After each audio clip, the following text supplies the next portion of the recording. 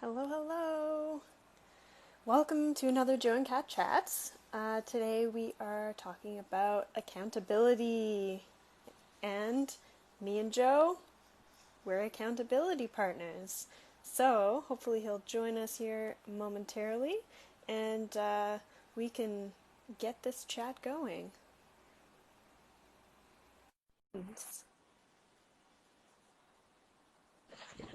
Hello.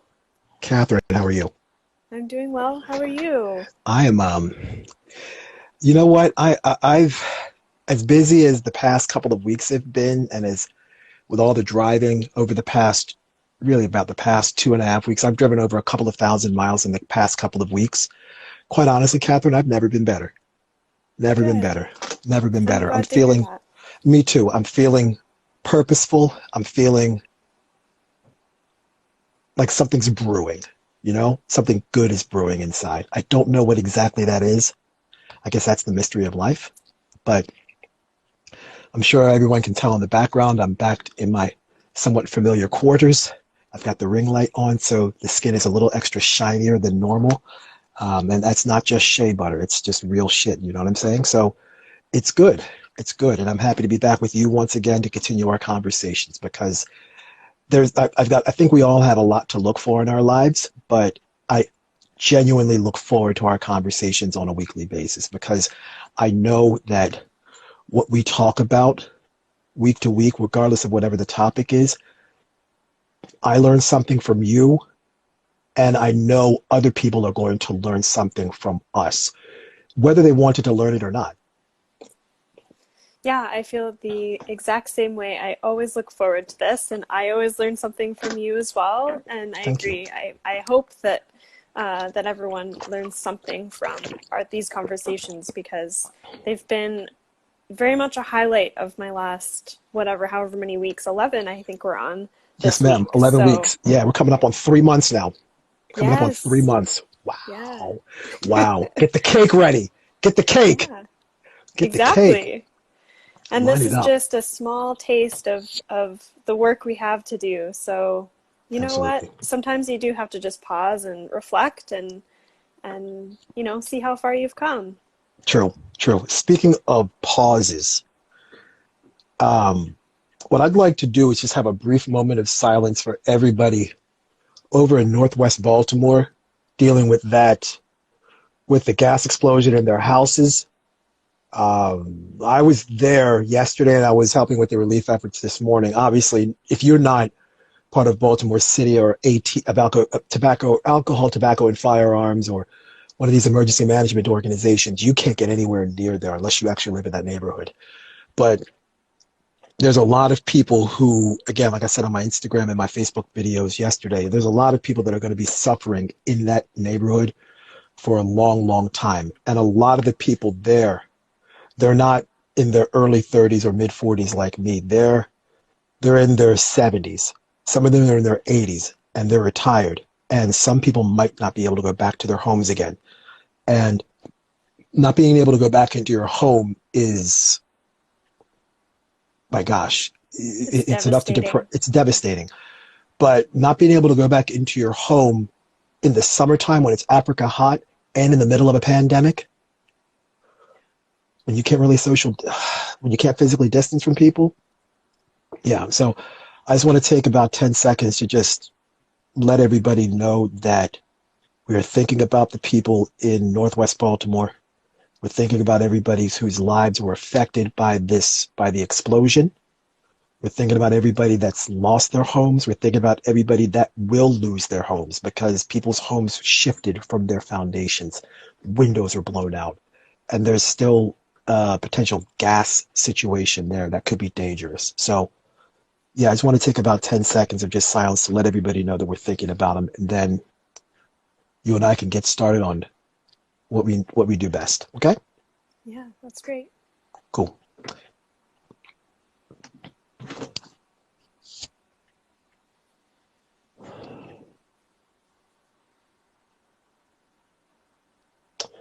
Okay.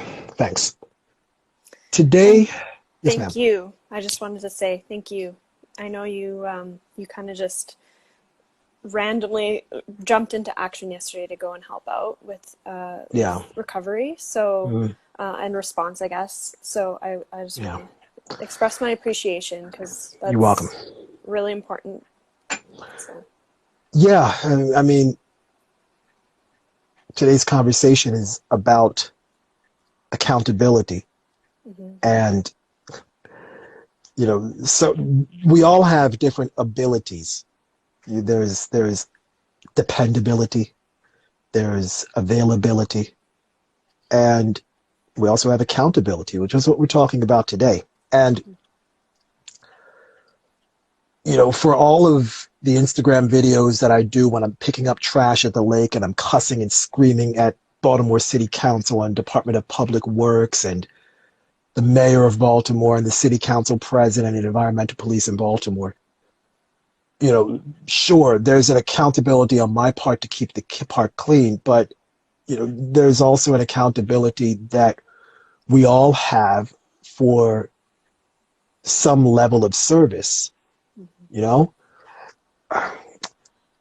Muhammad Ali said, and it's so ironic that I'm wearing a t-shirt with Muhammad Ali and Malcolm X on it. Muhammad Ali said years ago, service is the rent you pay to live on earth.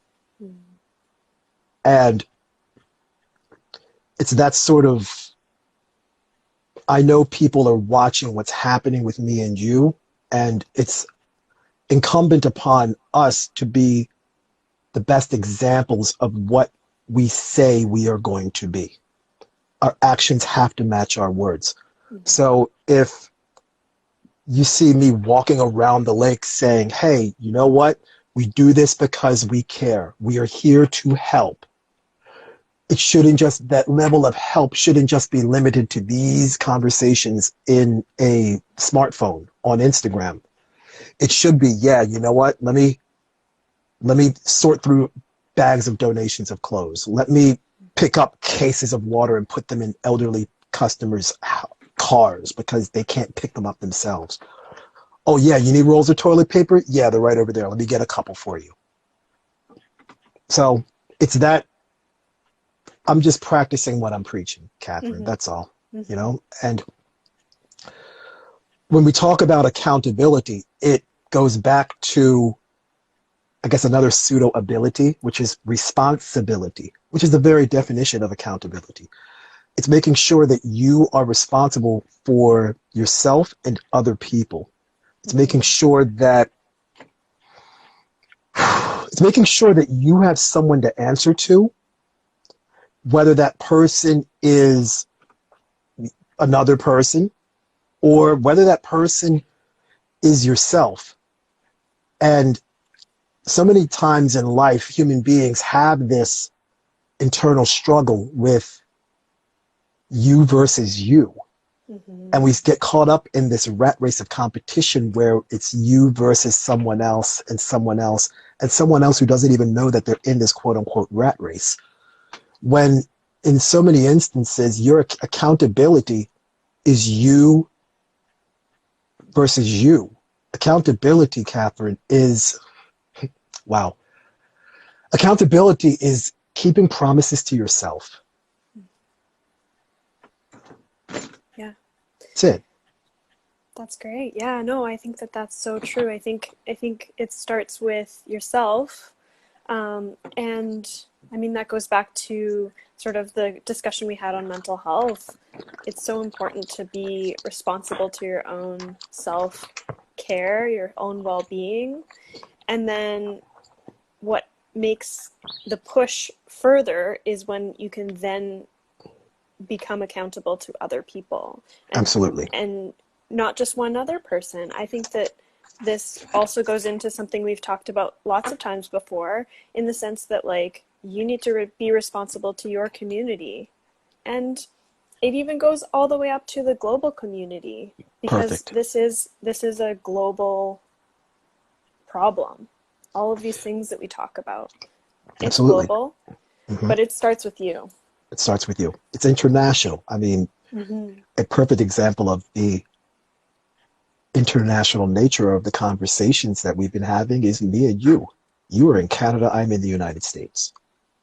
Okay, sure, it's not exactly, Bangkok, Thailand, and London, England in terms of distance, but it's international nonetheless. And that sort of global understanding of what is happening now in the world, which is going to be what we're talking about next week, and everything that's happening around the world. Perfect segue into the next part of next week. It's important that people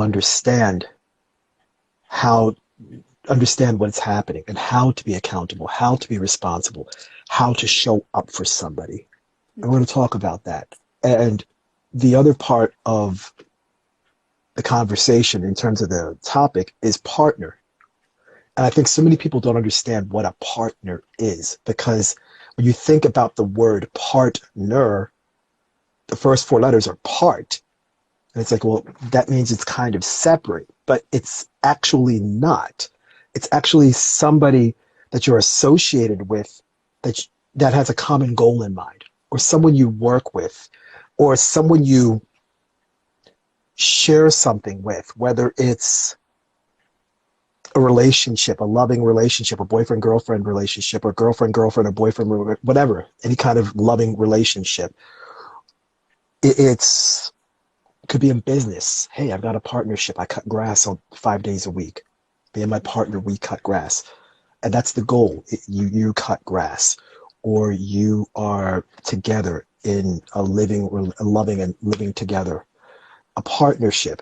And last week we spoke about schools, and think about the accountability that has to take place with between teachers and students.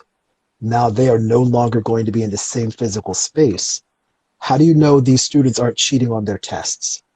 How do you know that the teacher is actually going to show up when he or she says she is going to show up? Mm-hmm. What about quote unquote office hours for the teacher? You know, it's a relationship. That sort of student teacher part is dynamic, is a partnership. What about parents and teachers, and when they have conferences or PTA meetings? Mm-hmm. What about that? Those are partnerships. And in every sort of partnership, there is a level of accountability that must be adhered to. If Mm-hmm. you're a teacher and Maya isn't learning algebra the correct way, well, the parent's going to talk to the teacher and saying, wait a minute, how come Maya doesn't understand this? Okay? If my daughter Parker doesn't understand Spanish, she's going to my ex-wife is going to talk to Miss Brinkley, her teacher, and say, hey, Miss Brinkley, what's going on? How come Parker doesn't understand subject predicate agreement? Mm-hmm. Accountability. Yeah, for sure. And I think just anecdotally, I think that it's funny that you brought up like accountability and like testing Yeah, now that of course. everything's sort of on Zoom, because I would argue that that's an archaic way of teaching children, and we shouldn't have tests because it causes lots of issues, including uh, creating Anxiety. competitive environments, Yes. anxiety, all of the things. But Yeah. I also find it interesting the way you sort of deconstructed the word partner, Hmm. in the sense that you kind of described it as sort of two parts and or parting. Whereas when you were saying that, I was like, oh, but I see it as sort of two parts of something that fit together. Perfect. And Perfect. so, yeah, so I think that that's sort of an interesting juxtaposition, the way we sort of framed it, but it I all agree. sort of goes together. It does. It does. It fits. It fits. And this is exactly why we have these conversations, Catherine, because this sort of diversity that we have between us, it allows us to think differently. It allows us Mm-hmm. to look at a particular situation and say, hey, you know what, Joe? I don't see it that way. I'm seeing it this way. And I'm like, well, you know what? Shit, you're right, Catherine. I didn't see it that way, but that's a really good point. Or you're like, you know what, Joe? Yeah, shit, you're right. That does make sense.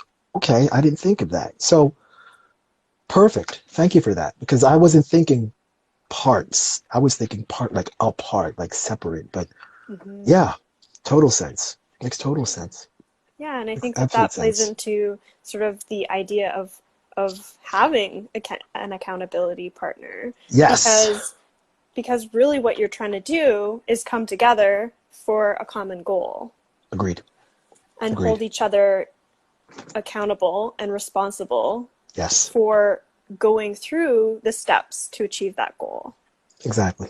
Exactly. Exactly. And I think more often than not, Catherine, people think that sending the occasional message on Instagram or, sending the occasional waving emoji on Facebook is being accountable.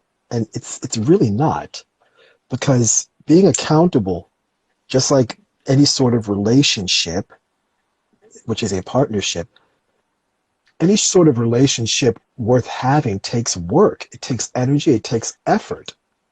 And you have to want to be friends with somebody. Sooner or later, you have to, I want to be friends with this person, or I want to be in love with this person. It's a relationship. And how do you have that sort of partnership with somebody when you're working towards a common goal? I think one of the ways you can do that is to be supportive. Be supportive. You can be physically there, be emotionally present, look at people in the eyes, your partner in the eyes when you're trying to communicate, because body language can speak louder than words. Absolutely. Yeah. Body language can speak louder than words. If you're having a conversation with somebody and there's a disagreement, don't bring up personal stuff. Focus on the goal. Mm-hmm. Focus on what you're supposed to be talking about. Mm-hmm. So if you and your accountability partner, or partner in general, whatever it is, you start bringing up other stuff that has nothing to do with what you're there for together as a partnership, then that's not, you can't be an accountability partner if you're not keeping track of what you're supposed to be tracking. Thus the word account, keeping account Yeah. of what you're supposed to be doing. I think that one's really important when we begin to bring in things like the racial justice work that we're going to talk about today, Absolutely. Yes, ma'am. because oftentimes, especially for white folks, I think there is a discomfort, an uncomfortableness in talking about race. Sure there is. And so I think that is a really, really important one. Just don't bring in things that are going to make people more defensive or things about themselves personally, because Exactly. it's not personal.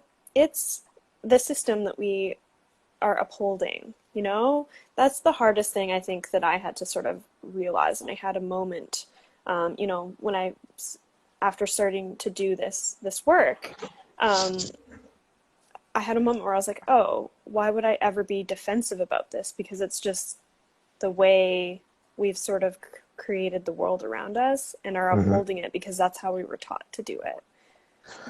Catherine, let me ask you a question, please. If it's okay with you, I would love for you to share that moment with everybody where you had this sort of epiphany or this light bulb that went off above your head and you were like, oh shit, what the hell am I doing? Could you share that sort of moment with everybody, please? Yeah, I think that Excuse me. when I started doing sort of really looking into race as a concept and as work as far as racial justice, I mean, it's a lot of it's so obvious. And of course, I've always been sort of someone that identifies as an activist, and I am interested in social inequalities and all the things, but there is still an element of responsibility that you take on that's associated with shame and guilt when you start learning about all of the things that are really impacting people of color, Black folks, and Indigenous folks. Okay.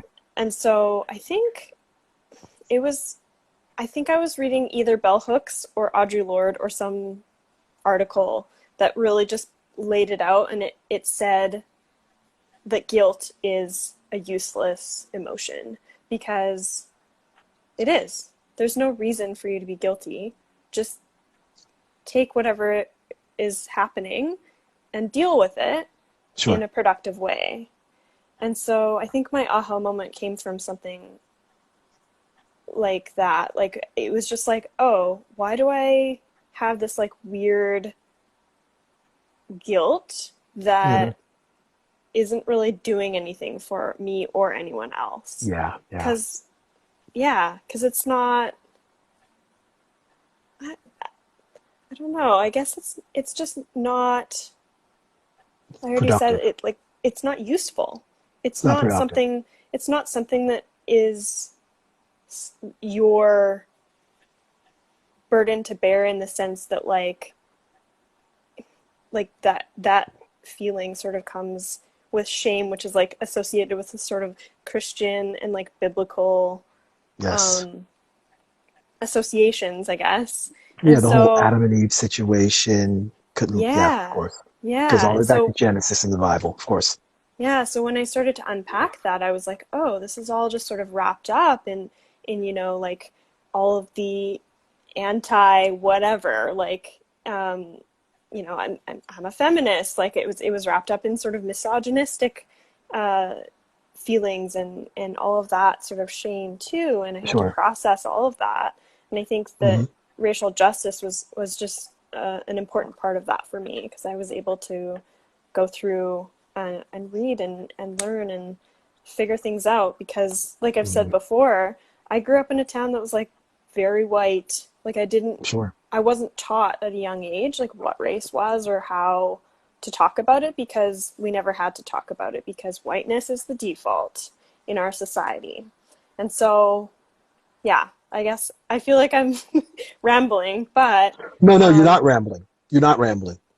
Just keep talking. yeah. Just keep going. So, yeah, I think that that's like an important thing for many folks because at least where I grew up, like I really just didn't realize how big of a deal it was until I started making friends that were people of color and Yes. realizing, the impact of the overbearing white supremacy in everything that we do and everything we uphold and everything we're taught in school because it started young but I didn't have the words to articulate it, and then Sure. when I went to university is when I sort of had these aha moments and I was like, Right. oh, here's Yikes. like the amazing Audre Lorde books and the amazing Bell Hooks and all the other theorists that I was privileged enough to be able to read in Sure. sort of a directed course.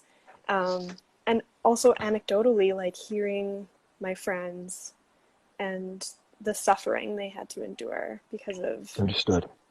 what I sort of just accepted, I, as a Hmm. white person, just accepted as our culture, our society, our Right.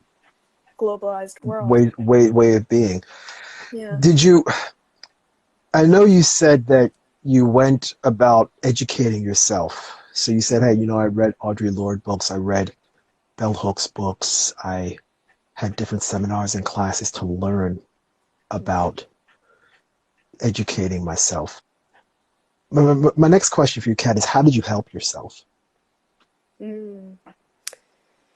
I think that I just was interested. I was curious. I remained curious, and I think that that's a really important aspect of this work right now because Sure. it's been 3 months that we've been talking. Absolutely. It's But we've been known each other a little longer than that. oh, for sure, yeah. Um, I just mean like sort of since the George Floyd incident that sort of created this resurgence in Black Lives Matter Yes. and prompted the revolution. I think that kickstarted a bunch of people, but now it sort of feels like there's a lot of people settling into just the status quo again. And I think that curiosity and my desire to actually it's not a desire, it's like an innate feeling of there's more than this out there. And I think that that's Perfect. what fuels my curiosity. And I honestly I read articles, I watched YouTube videos. I wasn't just like doing like theoretical work. It was an interest for me because I'm Excuse me. interested in Thank you. social inequalities in general Yes. and I want to know everything I can about that, which is Excuse me pretty again. Sorry. obvious given all of the conversations we've had about Absolutely. various topics over the Yeah, last, several weeks. So hopefully that answers absolutely. your question. Yeah, yeah, because I guess the next question I had for you is Hmm. I know we talk about, you know, what kind of ways, what are you doing to create any sort of systemic change? Mm, that's a really good one because it doesn't feel like it's systemic a lot of the time, but the Okay, work is still there. So, understood. and I think that that's like, I've had conversations with other white people about that. It's like, what is me reading a book gonna do to like actually change? But these things are important and these things are being recommended because if you read a book that might change your mind about something, like my aha moment I spoke about, Yes, where you go, oh, I didn't ever think about it like that before. of Having a course. conversation like the ones we're having right now and the ones we've been having, Hmm. those moments accumulated over time might impact your vote. They might impact the policies that you are, in favor of. They might Yes, impact the way you treat somebody when you're out on a walk with your dog, like I do every day. They might impact the relationships you have with your friends, your family, your coworkers, yes. and that Colleagues, of course. colleagues. Hmm. Yeah, that that is how we dismantle the system. I Hmm. mean, of course, there's also tangible things like getting involved in organizations, getting Yes, involved in local politics, or, any level of politics, getting involved with, groups that you might not have necessarily gravitated toward sure. previously because there might be, folks that you didn't think you could relate to, but we're all just human. We all have interests. We are. Yes, yeah, we are. And I guess, Catherine, the whole reason why I had these questions for you, Mm-hmm. and again, I think the viewers know that, we don't do a whole lot of preparation for these conversations. We might be like, yo, what do you think? And I'm like, yeah, okay, I'll take some notes. You'll take some notes. I might have a page of notes here and there, and I could barely read them because my handwriting is terrible. But for this one, I took a little bit more notes than necessary because I wanted to make sure that we had actual solutions, actual tangibles that we could give to people. And I think if everybody watches the last, I'd say 11 or 12 minutes of this chat, everything we just did is exactly what accountability partners should be doing. Yeah. And I think I want to let everybody know that we didn't plan this, okay? No. But I have a bunch of notes here that I want to read to you, and I want everybody to eventually rewind the tape once we put it up and look at what happened when you and I were just talking. Mm-hmm. When you want to become an accountability partner with regards to anti-racism work, one of the first steps is to have open conversations, which clearly you and I just had. When you have these conversations about what you're doing to educate yourself or what you're doing to help yourself, and you spoke about bell hooks and interacting with people who don't know, and learning more about people's cultures and not being so ethnocentric. And you learned about all of these things. And it's changed the way you live your life. It's changed the relationships that you have. It's changed you go about your day-to-day existence. That's the second part. Hmm? Mm-hmm.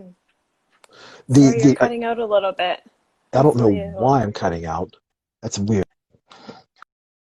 Okay, we're back. Yeah, you're stable now. We're good now. Okay, good. You know the the you said you had an aha moment, and I guess one of the things I want to share with you here is one of the next steps with regards to being an accountability partner with anti-racism is to hold yourself accountable when somebody says something incorrectly or somebody Mm-hmm. says something that could be offensive. And you had an aha moment, and I don't, I'm not going to say that you would have said something offensive to a person of color, but you having an aha moment probably prevented something from slipping out because of the way where you grew up and the way you were brought up, because you just told me about 8 minutes ago that race wasn't an issue. It was a default. So if race wasn't an issue, it was a default by default, and you wouldn't necessarily know what is offensive to a black, indigenous, or person of color, because white's the default. And hey, if white's the default, calling somebody the N word, yeah, okay, well, I didn't know that was wrong. I'm sorry. So you having an aha moment was probably like, wow, okay, you know what? Now I understand why that is wrong. Now I understand what not to say.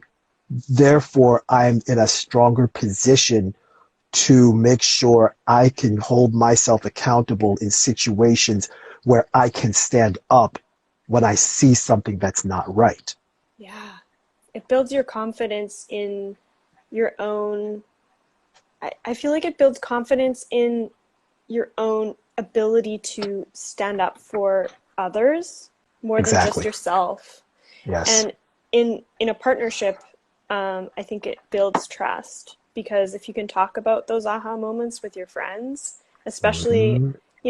just in an open way, I Hmm. think that you can have so many more aha moments that just ground those feelings, and you start to realize how the world you were taught is not actually what should be. Agreed. Yeah. Agreed. Agreed. And the next part that I wanted to read here in my notes is talk about ways to create systemic change. I asked you that question verbatim. And I think more often than not, so many people who are involved in anti-racism work, they participate in, I guess, boutique activism Mm, or performative justice, mhm. or something that I thought of this morning when I wrote down my notes. I wrote down the words woke theatrics. Woke theatrics. That's a good one, actually. Woke theatrics. Yeah, And, yeah. you know, and putting a black square on your Instagram feed, Hmm. that is woke theatrics. Okay? Hmm. Cut that shit out. Yeah. Stop. Just If stop. Yeah, legit. That's so real. And if I may share another personal moment, By all means. It's your show too. I, of course, It's Joe and Cat chats, not Joe right? and Cat kind of listens. No, it's Joe and Cat chats. So Yeah, go no, for I it. think I think for a long time when I was learning about this stuff, and I've always been interested in sort of that question of like, there's got to be more than this. There's got to be a better Sure. way. There's got to be a Hmm. way outside of this exploitative system, culture, whatever, Absolutely. capitalism, that Yes. we're Imperialism, up of course. imperialism. Yeah, yeah. So I think that for a long time I was sort of learning by myself and only talking about these things with a very small amount of people, a group of people. And Yes. because I felt as though I wasn't confident enough to actually speak about these issues, um, because I didn't think I had the language to speak about them. And in some Sure. sense, there that is true, because you do have to learn about things in order to speak about them, like in a general sense. But I think that there's a point in this work where it shifts between not knowing what to say at all and not knowing the sort of liberal talking points in the language that you're speaking, and sort of the like you say, like the woke theatrics, like the Yes. words involved in that. And I think that Hmm. that's something I've spoken about before, and I think that that's something that I want to continue to highlight, because Right. I feel as though white folks in particular, when they start learning about race and white supremacy and all of the stuff we've been talking about, I think that there will come that time when you just don't say anything when you should. So, And mm-hmm, there's a bunch of stuff here in terms of notes that I want to keep sharing, but everything you just said summarizes what I was just going to talk about next. Because, you Also, know, yes, make ma'am. mistakes. I was just gonna say, Yeah, also just make mistakes of because course. that was another part, like aspect of this whole thing that like I'm so fearful of like saying the wrong thing, but like that contributes to white supremacy just Yes, continuing. Like yes, make mistakes, say the wrong thing, fuck up. If your friends are gonna call you out, that's love. Being called correct. out comes from a place of love, and it Comes from a comes place from of a place caring. of trust and caring. Exactly. Exactly. Hmm. And so Yep, if you're around somebody and you have a moment where you're like, oh, that might have been the wrong thing, nobody calls you out, that means those people don't trust you. And so, correct. yeah, so that's another thing to sort of look out for. Yes. Yeah, that's sort of, I couldn't have said it better. Yeah, it's that sort of trust that you have to have with people and the sort of trust that people have to have in you. And it Mm-hmm. goes back to everything we talked about 30 minutes ago, partnership, relationship. And you think about all the good parts of a relationship, trust, honor, love, respect, all of that. And that comes, and again, relationships worth having take work. Mm-hmm. And if somebody, you say something wrong and they don't call you out, they don't really care. Last week, when you and I spoke about schools, one of the topics that I mentioned in that laundry list of topics was make a mess and learn how to clean it up. Mm, And I'm going to say that again. yes. Make a mess and learn how to clean it up. Making a mess and learning how to clean it up is exactly what you just said about a minute ago. You know what? Fuck up. Make mistakes. Because when you make mistakes, that's when you learn. Experience is always going to be the best teacher. The only problem with experience is experience gives you the answers to the test after you've taken the test. And you'd love to have the answers to the test before you take it. But those are lessons through experience that you're never going to forget. You're always going to remember them. So you'll remember the situations where you said something that you didn't think was offensive, but it actually was. And you'll catch yourself the next time when you think you're about to fall. And you'll Yeah. say, shit, you know what? I remember that time at that dinner party. Mm-hmm. Yeah, I won't say that again. Mm-hmm. Yeah, it's Yeah. And perfect. that's exactly why self-reflection is the Yes. biggest sort of part of this because Hmm. if you're not self-aware enough to be able to catch yourself in those instances, then maybe you shouldn't be saying things because your intentions don't matter. Your They don't impact matter. does. Exactly. Your So, actions don't match your words. mhm. Yeah. So if you're And it, not self-aware and able to reflect upon that potential blunder, that mistake, yes. then maybe don't say anything at all. No, just, yeah, let's keep it shut. Keep it shut. It's so interesting that you said introspection because the literal next sentence I was going to read to you, it says Or, private work is just as important as public work. yes. Private work is just as important as public work. Being introspective is just as important as being critical. I'm going to make sure I say that again for everybody that Please. might be writing down. And again, I don't have what I just said written down.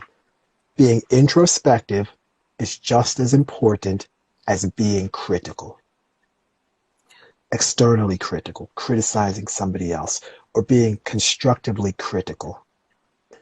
Because you have to fix your inside before you can work on the outside. Mhm. You have to fix here before you can go out there and fix something or help somebody fix something. Lauryn Hill, 20 years ago, had the Miseducation of Lauryn Hill album. Okay? And in the song, That Thing, one of the lines in the song, she says, how you gonna win when you ain't right within? Mm, Then she says it again Then she says, how you going to win when you ain't right within? Come again. That, what she was talking about, what she said in a song that's completely unrelated to what we are talking about now, is exactly applicable to what we're talking about here. How you going to win? How you going to be the best version of yourself? Winning. Okay? Win. There's an old acronym that's formed from those three letters. WIN. WIN is what's important now. Win. How you going to win when you ain't right within? If you're not right here, how you going to help somebody else win? No.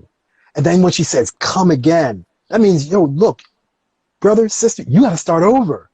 You got to get it right in here. That's what she talked about. And that sort of getting it right in here, that comes from self-accountability. That comes from self-awareness. That comes from, hey, what did you read? What did you watch?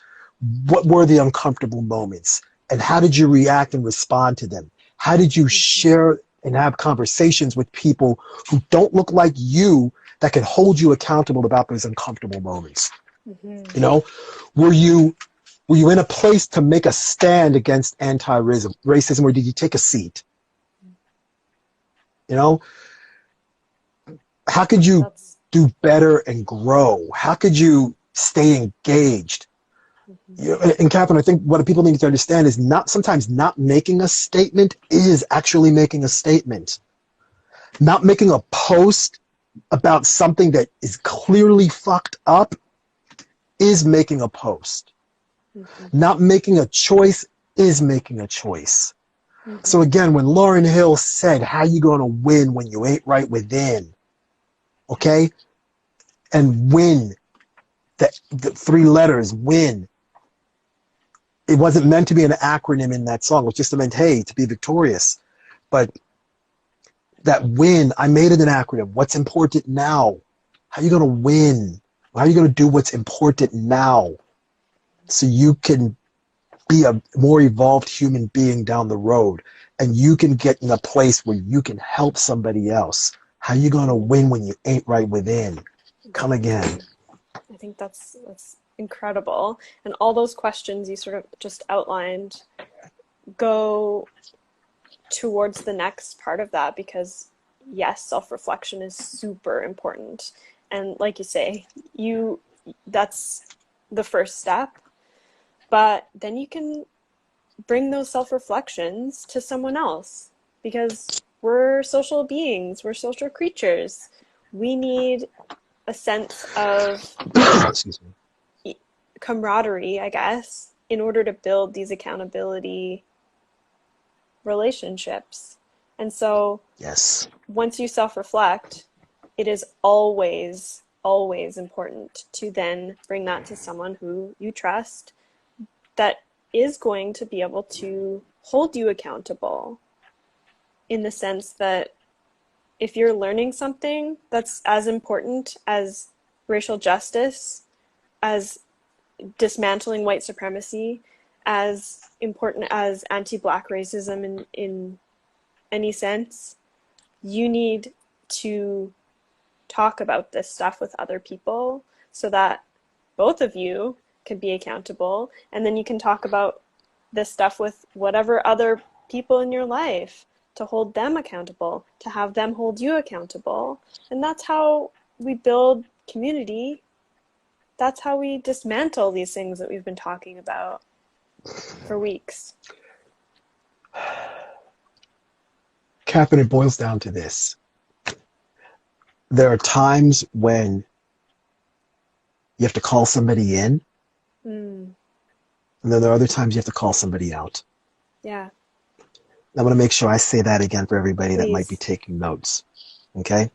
Sometimes you have to call somebody in. So, yo, hey, Steve, could you come into my office? Or you have to call somebody out. Yo, look, Shaniqua, you can't say that. That's wrong. Yeah. Okay? So there are times when you have to call somebody in, other times you have to call somebody out. But those specific instances, those specific events are all part of this anti-racism work in terms of being an accountability partner. Mhm. You might have a significant other in your life and you might be like, hey, you know what, sweetheart, I didn't like the way you said that in front of her or him. You never want to embarrass anybody, but at the same time you want to make sure that Never is a strong word. never is a strong word, yeah. You try not to embarrass somebody. You try not Hmm. to embarrass somebody. But you want to make sure that we clearly communicate, which is one of the parts that we talked about. And that sort of clear communication comes from language. And with language, the words that we use, body and verbal, they communicate. And like I've said before, and I'll say it again, communication is the transfer of meaning and understanding of meaning. Doesn't necessarily how, and you can communicate verbally, you can communicate in a written form. There's another form of communication which is called intersemiotics. You're probably like, Joe, what the hell is intersemiotics? Okay, Braille is a perfect example of intersemiotics, where you're not using letters, you're not using words on a screen, you're not listening to something, you're feeling. Okay? Semaphore. So, for example, if you've been on a boat and you have those flags, Yeah. and those flags are held in different positions to create different letters, so you could spell something out. Um, that is intersemiotics. It's another form of communication. You can use light signals to communicate with other people on boats or at a distance. That is intersemiotics. They're all forms of communication. And if you don't understand the process of communication, which is, wow, crazy, I'm remembering all this now, which is receive, decode, recode. Yeah. I'm going to make sure I say that again. Receive the signal, decode it, recode it so you understand it. Okay? And that can happen interlingually, interculturally, intersemiotically. It can happen those three ways.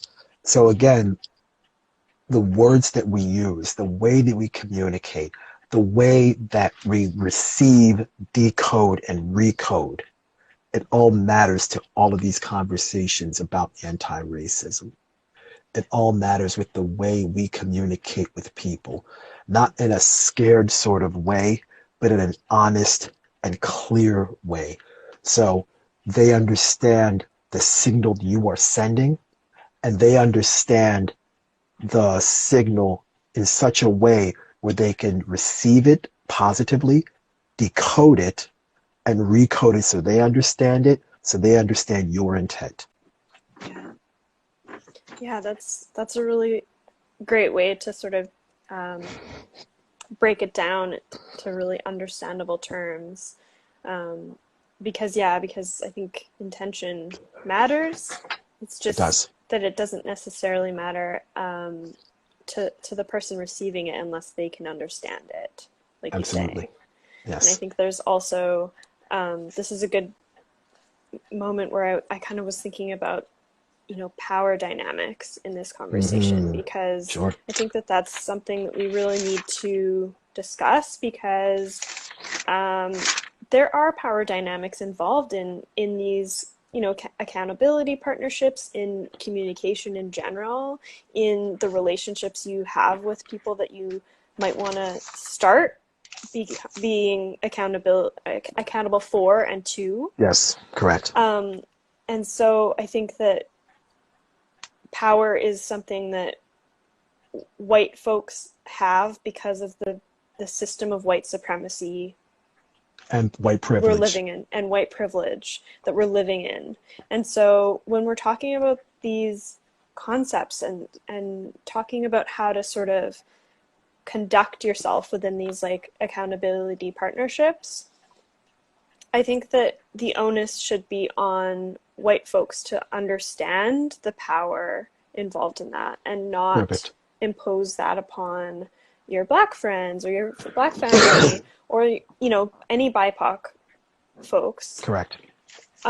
Because, or even there's also a conversation we could be having about power dynamics in the workplace because of the structure of sort of the Because capitalistic the sort of way. top-down structure Hmm. of businesses, of course.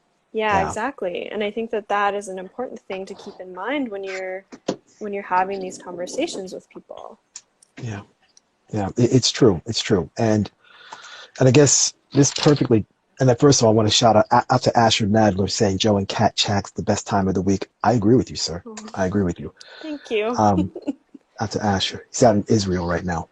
Um, you know, one of the things that we wanted to talk about was, again, how do you find an accountability partner? What does an accountability partner look like?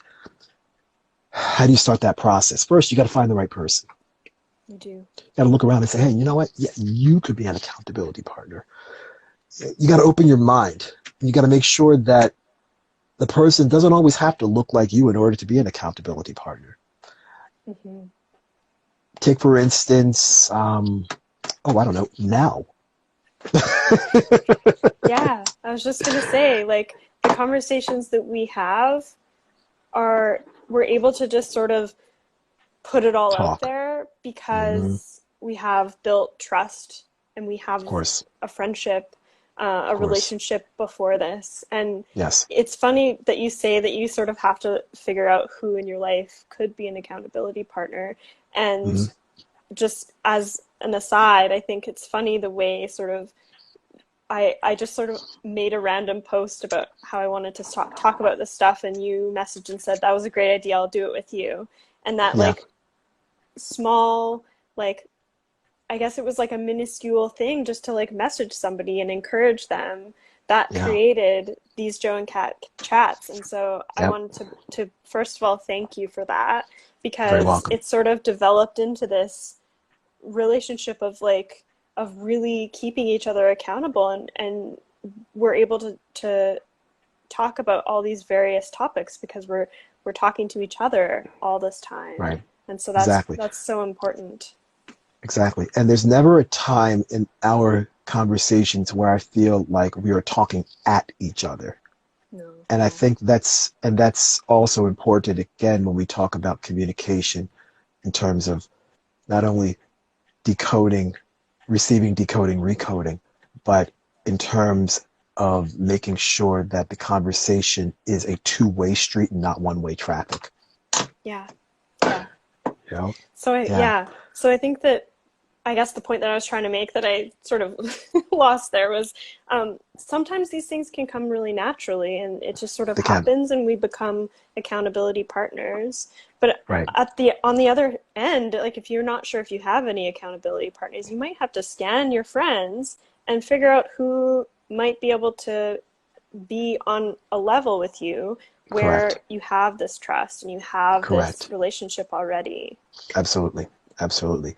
And the next part I wanted to talk about was asking the right person for help. When you Hmm. feel when you feel like, hey, you know what? I need to talk to somebody about this. Who can I ask? You just randomly put it out there and I just happen to write you back. And given everything that's happened with us over the past almost 3 months, I would certainly think that we are the right people for each other with regards to this. Mm, absolutely. You know, another way to start that process is to have a consistent meeting time. And I think we've Mm, absolutely done that. 3:30 p.m. Eastern Standard Time, Tuesdays, yeah. for a full And 60 that's minutes. been, yeah, and that's been such a great thing for me because I have been very busy the last 2 months. I know. And so, yeah, so I think that that consistency has really made a difference and really pushed uh, me in the work that I am doing for, you know, the racial justice work and Hmm. trying to really show up for white supremacy or to Sure, dismantle white supremacy. sure, sure. Hmm. And I think the other part that I wanted to bring up with regards to starting this process, or I'm sorry, let me say it the Canadian way, process, because I know you all say process up there, is to have a mission and vision for your accountability. Know what Hmm. you're doing and why you're doing it. And what you're doing it for and who you're doing it for. That's what I just said is part of the reason why when I do these promotional videos talking about what we're going to talk about, you always hear me say similar things over and over and over again. So it becomes a mantra. It becomes somewhat anthemic. You understand, hey, you know what?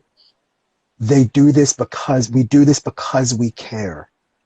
Okay, that's a vision. That's what it, you know what? Yeah, that's what a vision, that's what it looks like in a real world. We do this because we care. We tell everybody, if you reach out, we reach back. We want to be inclusive. That's part of this mission and vision for accountability. You know, because if you reach out and nobody reaches back, then how is that any sort of accountability at all? How is that a partnership? It's not. And with every push, there has to be a pull. With every up, there has to be a down. You have to be engaged. And that's why we always make a point of having a mission when we talk about dismantling white supremacy and dealing with all of these racial justice issues. That's kind of the mission. But the vision is, hey, you know what? We do this because we care. We care about you as people. We value the relationships. We value humanity, freedom, equality, and survival more than white supremacy. And that's the vision. That's why we do it. I love that. Yeah, thank you. You're welcome. You're always welcome. You're always welcome. And I know we got about a minute left or so. And I know character matters. And character, you can't see it, but it's incredibly obvious. You can't see characters like, oh, no, you can't see it, but it's incredibly obvious. Since so many people like quoting Dr. Martin Luther King, I'm going to read a quote from Dr. Martin Luther King, and I just thought about this about a minute and a half ago. When he says, I have a dream that my 4 little children will one day live in a nation where they will not be judged by the color of their skin, but by the content of their character. But by the content of their character. Remember 15 minutes ago when I mentioned Lauryn Hill, how you going to win when you ain't right within? That inside, that is the content of her character, or your character, or my character, that she implicitly sung about or rapped about. Yes. It's what's inside. We're not going to judge you by having,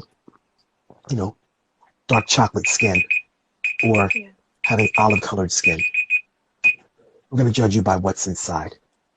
Guts, heart. That's what we're going to judge you by. Yeah. So. That's incredible. Thank you so much for outlining all of that. I feel like we could talk about this for another hour. I know, but we're almost out of time. Catherine, you're the best. Time. Oh my gosh, Thank Joe, you are truly the best. And my goodness, we'll have to have another one where I ask you a bunch of questions next time. Fire away. Fire away. Yeah. Fire away. No, how much time do we have, Beth? We got about 60 seconds left or so? Yeah, we've got about a minute. Yeah. About a minute. Okay. Just over. Just over a minute. Okay. So my timer's a bit off. All right. Miss Wells, what are we talking about next week, please? Ooh, you know what? We're going to broaden our scope next week, and we're going to talk about what is happening around the world. We're going to talk about the stuff we've been talking about, but holy man, it's a big world out there. There's a lot to be said. So we're taking it global. We're taking it global. We're going to talk about Lebanon. We're going to talk about Bolivia. We're going to talk about Israel and Palestine. We're going to talk about China and the Uyghurs. We're going to talk about all of this stuff next week. Get your passports. We're traveling. Yeah. Oh my goodness. We're traveling. Yeah, it's going to be hot. International style, just the way I like it.